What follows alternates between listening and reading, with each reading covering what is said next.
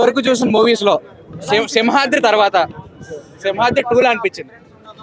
సింహాద్రి తర్వాత పక్కాగా సింహాద్రి తర్వాత మళ్ళీ సింహాద్రి మూవీ చూసిన ఫీలింగ్ ఈ రోజు వచ్చింది నాకు. అరవింద్ సమేత ఫస్ట్ 15 మినిట్స్ వచ్చింది, మళ్ళీ ఈ మూవీకి వచ్చింది. చాలా కత్తులు ఉన్నాయి కదా, అదేగా సింహాద్రి అని చెప్పా, సింహాద్రి 2 అని. నేను ఇప్పుడే దేవరాజ్ చూసి వస్తున్నా 4 o'clock షో. ఈ టైంలో ఇంత ఎర్లీ మార్నింగ్ 4 o'clock షో చూసి వస్తున్నందుకు నాకు చాలా హ్యాపీగా ఉంది. మంచి సాటిస్ఫాక్షన్తో బయటకు వస్తున్నాను నేనైతే.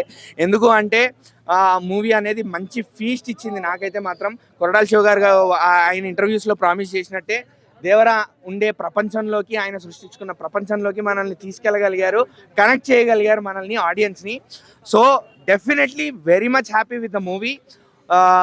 బ్రేక్ చేసి చెప్పాలి అంటే కనుక మూవీ స్టార్ట్ మాత్రం నాకు స్లో పేస్ అనిపించింది బాగా. ఫస్ట్ హాఫ్ మాత్రం నాకు ల్యాగ్ అనిపించింది. ఒక 30-40 మినిట్స్ ఏంది మళ్ళీ ఏమవుతుంది, మళ్ళా కొరటాల శివ గారు దారి తప్పారా, మనకి మళ్ళా పాదఘట్టం ఏమైనా చూపిస్తున్నారా అనిపించింది. కానీ ఆ 30-40 మినిట్స్ ఎక్కడైతే మనకు అయిపోతుందో, వన్స్ క్యారెక్టర్స్ ఇంట్రడక్షన్ అయిపోతాయో స్టోరీలోకి వెళ్ళాక పేస్ పికప్ అయింది.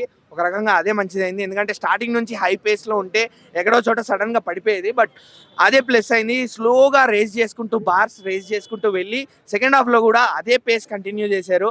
ఎక్కడ నాకు మళ్ళీ సెకండ్ హాఫ్లో టైం తెలియలేదు ఇన్ఫ్యాక్ట్. బట్ ఆ స్టార్టింగ్ మాత్రం 30-40 minutes as a movie lover నాకు ఆ టైం తెలీదు.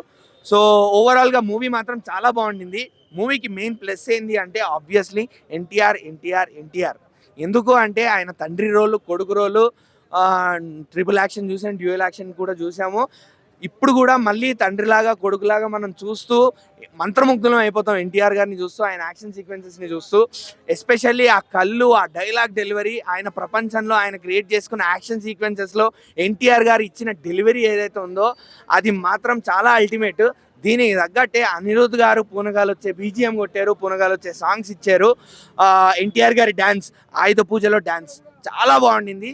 దావూదీలో కూడా మంచి రొమాంటిక్ సాంగ్ కాబట్టి దానికి తగ్గట్టే సింపుల్ స్టెప్స్, మంచి గ్రేస్ఫుల్ స్టెప్స్ అవి. అలానే ఇంకొక స్పెషల్ మూమెంట్ ఉంది వేర్ ఒక సాంగ్ రాదు మనకి, అక్కడ ఓన్లీ మ్యూజిక్ బిట్ ఉంటుంది. అక్కడ ఎన్టీఆర్ గారు మనసు విప్పి డ్యాన్స్ చేస్తారు, మంత్రముగ్ధులం అయిపోతాం నిజంగా ఆయన్ని చూస్తూ, ఆయన డ్యాన్స్ చూస్తూ ఉండిపోతాము. ఓవరాల్గా మూవీ మాత్రం చాలా బాగుంది.